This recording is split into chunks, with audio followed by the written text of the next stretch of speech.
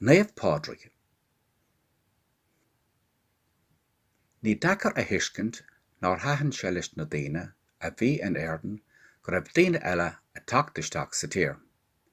Bhí tríd ar feadh mórán bliana ann ach fiara tháinig síocháin.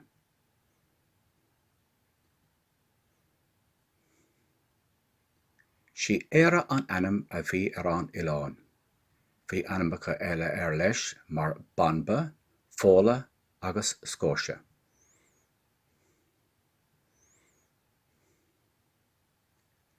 Tar éis na céta bliana, chuig go lán des na scóthaigh nó Gael, a nán ó hÉireann go dtí an tír go bhfuil Alba, Scóise mar ainm iarraidh anois, agus cuireadar réalchacht eile ar bun ann.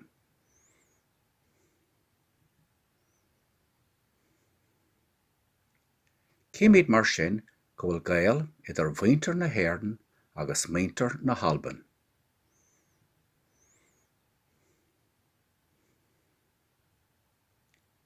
Págánig a bheith na Gael agus na Firbolg agus na Tuatha de Danann, is ní raibh éon eolas acu i dtaobh ar slán na hóra Iesu Chríost.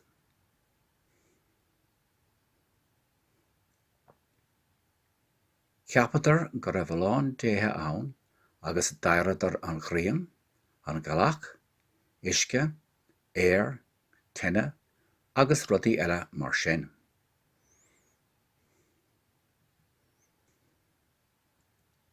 Bhí deire tháinig fear naofa agus bhuain agus fuinnig sé dóibh ná raibh ann ach éon dia amháin, ba Naomh Pádruig an fear son.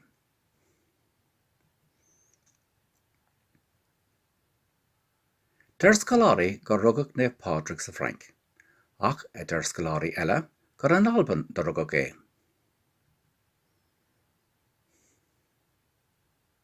Nuair bhí sé an óg tugadh é féin agus daoine eile go hÉireann ina bríosúnaigh agus go raibh iarracht, bó agus céireacht ar an gcuireadh é. Is minic a bhí ógnas agus ba bhaile leis bheith sa bhaile ina thír féin le nathair agus lena bháthair. Tar éis bheith 7 mbliana ag obair do bháistear mar sin, heis sé.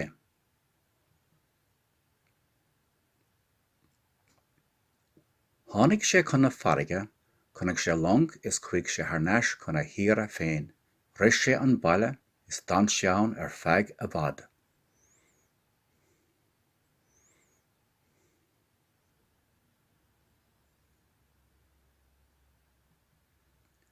Anson chuinnig sé ar hÉireann, agus ar na daoine canasta do bhí ann, agus ba bhaile leis dul tharnais agus an creidir fíor a bhíonú dóibh.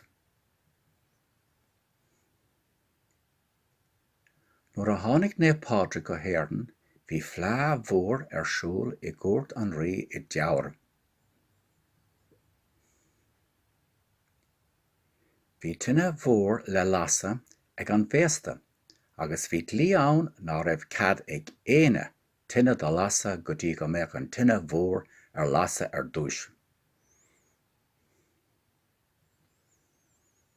Ach do las Naomh Pádruig tine na casca ar chnoch sláine in aice na todhraach. Bhí úna ar an rí, agus chuir sé fios ar Pádruig chun ceist a chur air, cad na héamh gur dhéann sé eile héad. Anson, chuig Naomh Pádruig go dtí an rí agus na tuaisig agus dúirt sé leo gur tháinig sé chun a bhíonú dóibh ná raibh ann ach éon dia amháin agus chun éire orthu gan bacha thuile leis na daithe a bhí acu go dtí san. Bhí mé sneach ar Naomh Pádruig labhairt mar sin.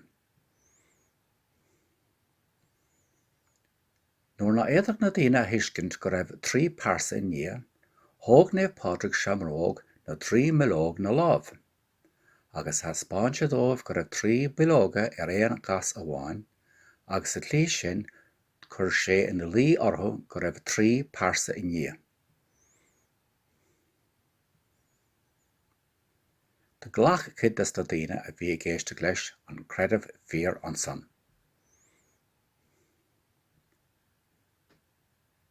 Bhí meas mór ar an rí ar Naomh Pádruig nuair a chomhlaigh sé cad a dúirt sé, agus thug sé cadómh dul ar fud na tíre chun an creideamh fíor a bhíonú dos na daoine.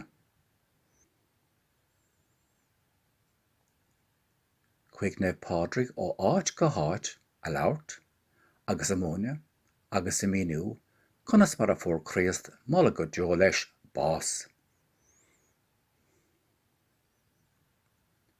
Fear maith, agus fear canasta, agus fear tuiscinach do bá Naomh Pádruig, agus dalam na Gael na rudaí do bhuain sé dóibh. Cé go bhfuil sé a bhfad ó hain, ó bhí Naomh Pádruig in hÉireann do chomad muintir na hÉireann an creideamh fíor níos fearr ná mar a chomad na daoine in éon tír eile é.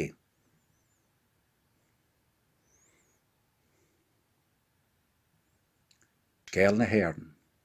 Bronsíos ó Sulabháin, cholacht oideachas na hÉireann, teoranta baile.